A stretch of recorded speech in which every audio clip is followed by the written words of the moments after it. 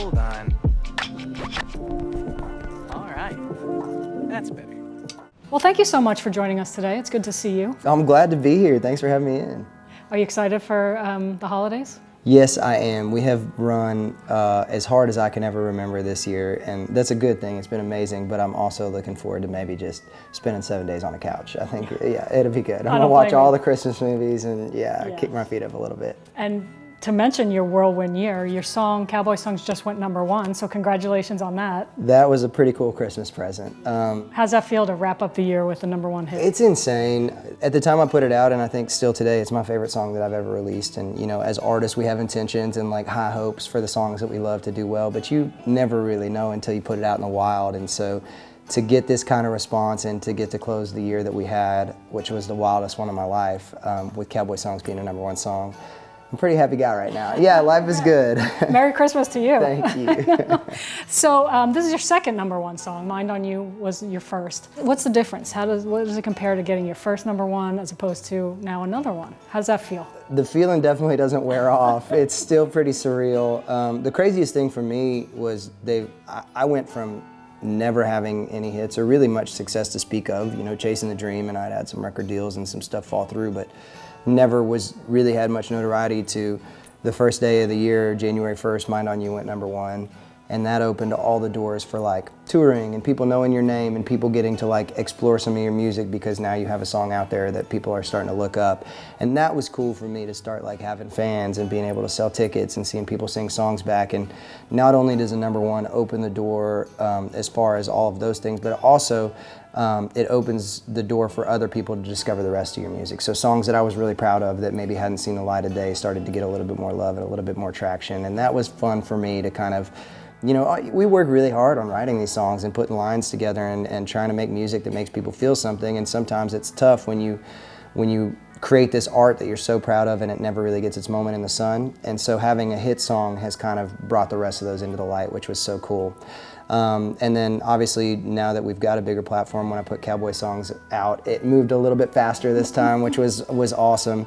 And this was a big energy song, and so we started like closing the live show with it, and we kind of beefed it up on stage. And I think just, you know, having a couple songs that people can sing back now, and having a couple more people know my name, it's made life a lot of fun lately. I bet. Yeah. And with everything happening consecutively throughout the year, are you able to enjoy it? Are you able to just sit back, or are you going to take this time now to think about it all?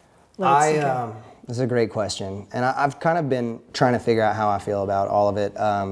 I have a real problem with always chasing, so I'm always what's next, and I put a lot of pressure on myself music-wise because, you know, what people don't tell you is you have a hit and then there's the expectation of like what's next. You know, this industry is always, what have you done for me lately? What's next? What's your next biggest song? And when you've had a couple #1s, there's that pressure of like, how do I follow that up? And so I had kind of put myself in a pressure cooker, you know, wanting to follow it up, I'm like, I'm finally here, I want to stay here, you know, because it's pretty cool. But this end of the year, slowing down a little bit. I think going back to Texas, where I'm from, get to see my family, get to see all the people that were coming to see my shows when there were 10 people and half of them were bartenders. That's going to be cool for me to just kind of reflect on like how far we've come. And also, I wrote a couple songs here in the last month or so that kind of took a little bit of the pressure off of what's next. So we're gonna relax a little bit here at the end of the year. Yeah. But you're still looking ahead there. That's right. We were actually talking earlier about, you know, slowing down at the end of the year, but now you got to come back twofold next year and really hit the ground running. Yeah, I mean, we're all chasing that little crack in the door that we can walk through, you know, and that's the crazy part about Nashville and the music industry in general is there's so many talented people and there's so many people that deserve it, and I chased this dream for 10 years before I had anything really take off for me. And so now that I am, you know, part of the fray here and getting invited to do some stuff that I never really dreamed of, I want to stick around for a little while. And so I don't take that lightly, and I've really been digging in and trying to make the best music that I can make, and I hope my fans feel the same way next year. I'm sure they will. So you just said, so it has been 10 years, right, since you started to now? Yeah. And they say this is a 10-year town. It's funny how it, like, nail on the head, Yep. 10-year town. So I moved here, packed up my house, packed up a U-Haul, and my wife and I moved here October of 2014. And so we're just a couple months over a 10-year town, and here we are with our first 2 number ones, and it finally starting to fly. So you roll your eyes when you move to town and you hear 10-year town, you're like, I'm gonna do it in 2 years, I'm gonna make it happen. 10 years is a long time. It's a long time, and it's a lot of no's.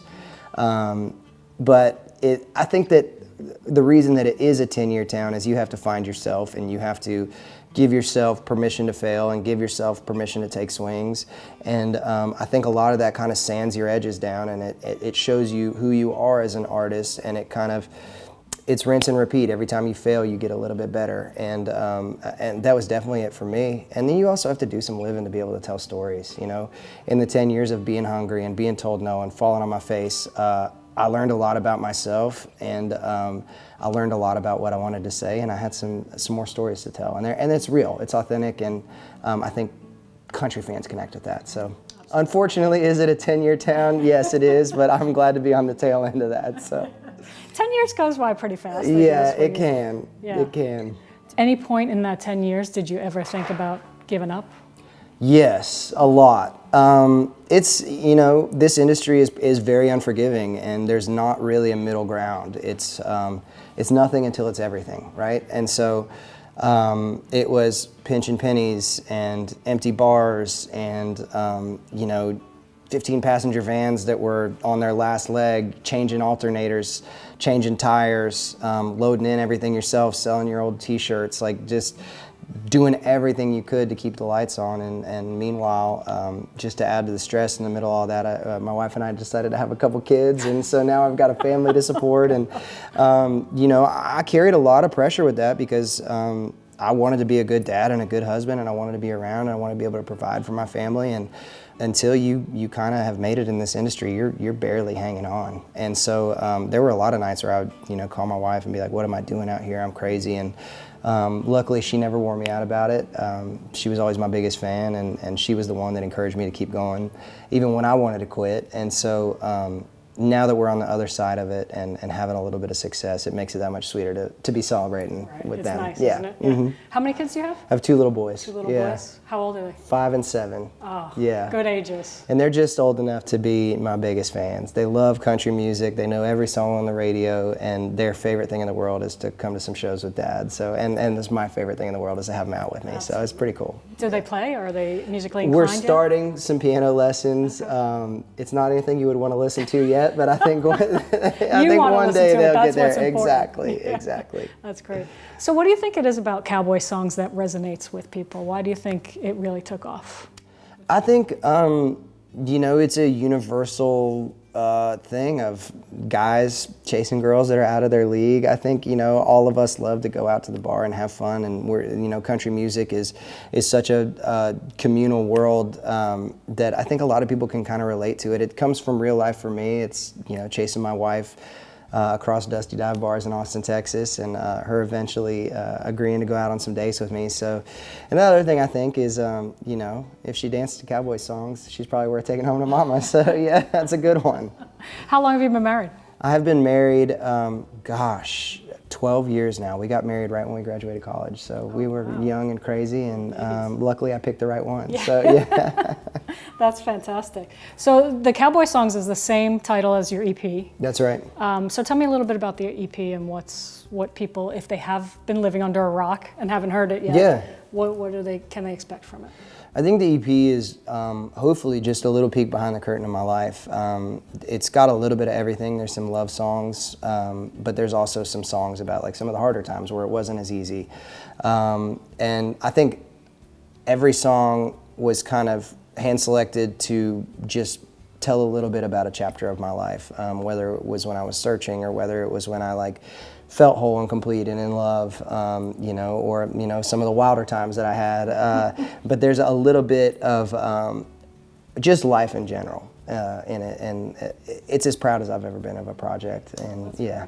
So you did release Missin' Tonight, mm-hmm. which due to fan demand. Yeah. So how do you think that social media has changed the way that songwriters connect with their fans and what they want to put out there? Yeah, I think it's massively changed it, and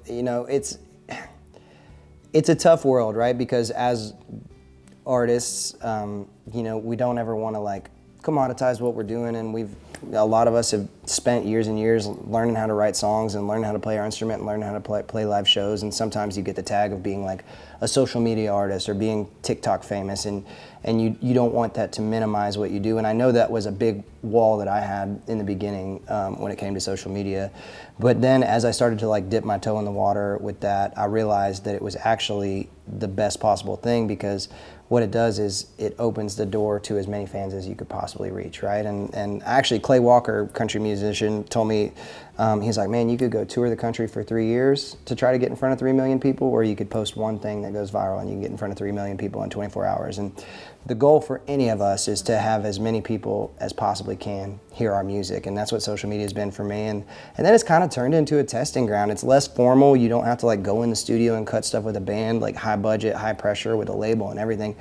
You can put together a demo, put together a song, pick up a guitar and just play it to the camera, and in that moment you can connect with your fans on a much more raw level, which I think is cool, because they're able to see like how the art is born, but they can also give feedback of like, hey, that sounds cool, or like, this is your next single and you got to go. And getting that reaction and seeing that connection with fans, it's so valuable for us as artists. It's crazy, yeah. Missing You Tonight was one of the songs that they're like, this is the song. So you we have to put out? wrote Missing Tonight on the back of a tour bus.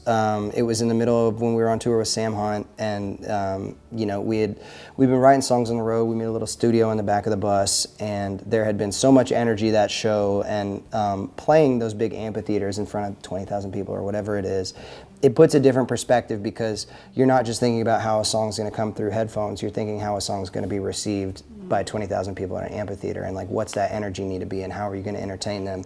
And so it creates a different dynamic on when you're thinking about how to write a song.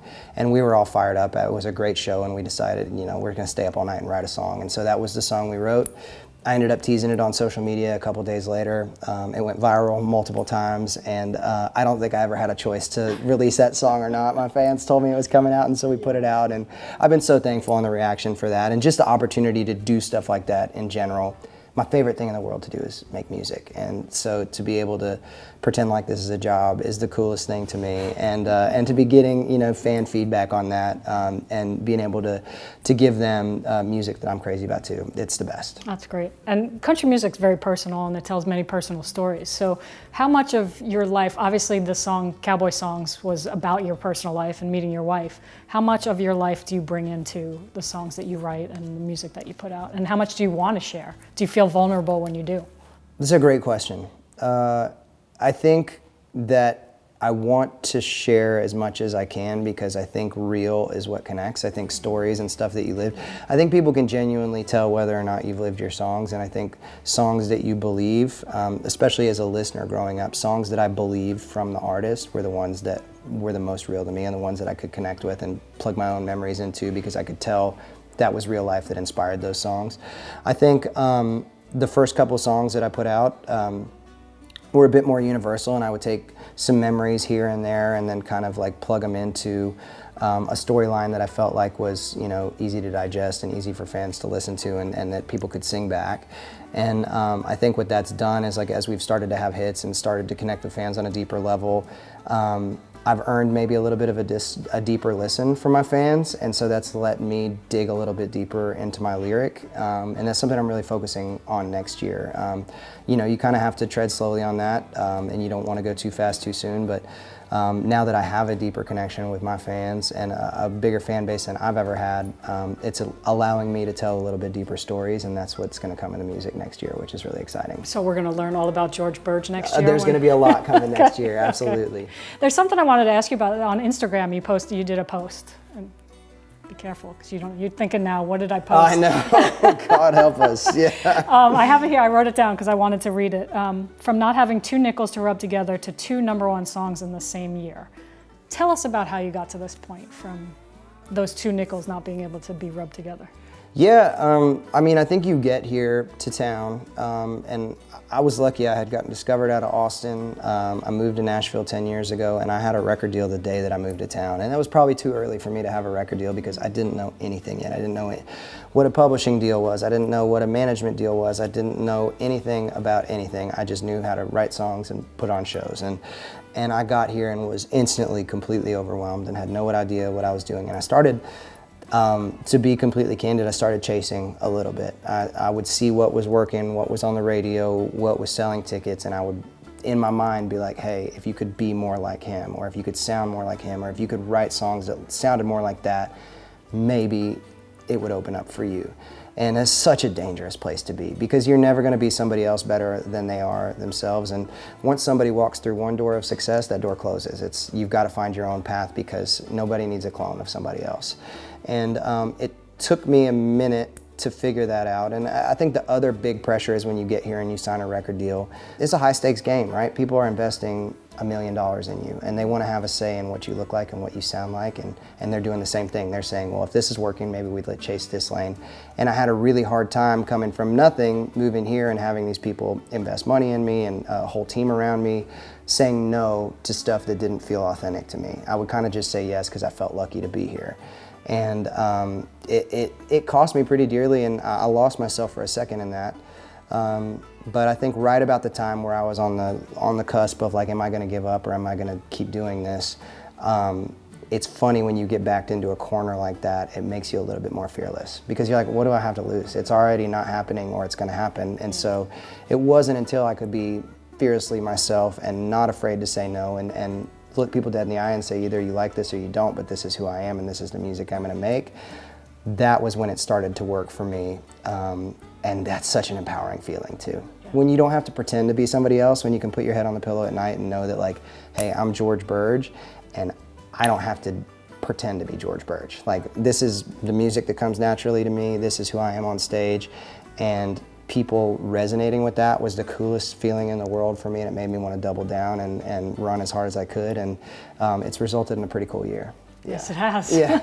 And I agree with you 100%. I think that's absolutely the way you have to go. But don't you feel like maybe the music industry pushes you a little to be the next big thing? Like, let's say, example, when Taylor Swift came out and she all of a sudden became huge. She was in country music, she became huge. Then all of a sudden, all the labels were trying to sign a 15-year-old girl to play music. So don't you think they try and look for a replica of that, but it never works, like you're saying? I think that it's almost comical when you step back and look at how the pendulum swings in the music industry, right? Because you will see somebody figure out a lane and open that door and have wild success in it, and the pendulum will swing all the way that way, whatever the sound is, whatever the look is. And nobody else ever makes it in that lane. But we've never really learned our lesson. And then it'll swing back the other way because somebody has one fresh sound and it works and it's awesome. And then everybody will try to be that person. And it's a game of cat and mouse, because once that person has made it, that lane's taken. That voice is taken. It is crazy, having been here 10 years and seen that, that it still works that way, but it is. And sometimes it pays off to go the other way of the pendulum. Some of the best advice I ever got was the middle of the road is a great place to get run over. So do your own thing, go. I love that. I love find that. yourself somewhere else. I love that. So looking back on this past year, it's been a whirlwind. Do you have any memories of your most favorite moment that's happened to you? Oh gosh, yeah, absolutely. I think I had a handful of them this year. Getting to play the Tonight Show with Jimmy Fallon was insane. The Tonight Show is world famous. Every one of my favorite actors, performers, musicians have been on that show, and to have gotten to be on that stage was absolutely insane. That was my first time in New York City. That's a long way from Texas, so I wasn't used to that. But that was truly one of the most special moments I've ever had. I got to play the Grand Ole Opry with my two little boys standing side stage, watching me step inside the circle. That was really, really special. And then I think the last show of the year was actually in Tampa on the Luke Bryan tour, and I got to direct support for Luke Bryan in front of 20,000 people. And when we played Mind on You, the whole amphitheater put their cell phone lights up and lit it up, and it was like head to toe goosebumps for me. So we had a couple of just magic moments out on the road this year for sure. And look into 2025 to absolutely, do more. Absolutely. Yeah. And we closed the year with a couple of headlining shows, which is new for me to see my name at the top of the bill. And I definitely have some scar tissue where I don't believe that the rooms are going to be full, and I've got anxiety all day and kind of peeking my head around to see if there's anybody there. Still, but at this point? Still to this day, and I don't take a breath until I walk on that stage and see a full room. But I have been pleasantly surprised a lot at the end of this year, and so we're going to go do a bunch of headlining stuff next year too, which is pretty special to see my name at the top of the bill. That's awesome.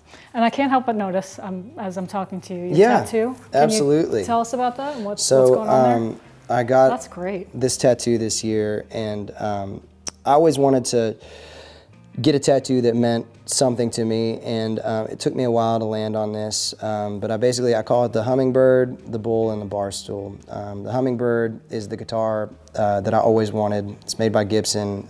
It's the most beautiful sounding guitar there is, but it's also a super expensive guitar, and it was one that I couldn't really afford. And right before I left Austin, I found a broken one at South Austin Music, and it was on 90% discount because the neck was snapped and the body was snapped. And I bought it just to say I had a hummingbird. And I came to town, I got a record deal, and Gibson sponsored me and refurbished it completely fresh. And I've wrote most of the songs that changed my life on that guitar, which is pretty cool. The bar stool is where I learned to tell stories, where I met all my friends, and where I, would sit and play writers' nights and acoustic guitar for the better part of the beginning of my career. And I've got carved in pocket knife KGL for Kara, George, and Luke, my wife and my sons. And then the bull is Texas. It's where I grew up, and it's also being too bullheaded to quit when I probably should have. So a good reminder. Exactly. That's great. That's such a personal tattoo. Yeah, I love it's that. a special one for me. I love that. Well, thank you so much. I'm so looking forward to what you have coming in 2025, and thank you for stopping by and talking to us. Thanks for sitting down with me, Lisa. That was awesome.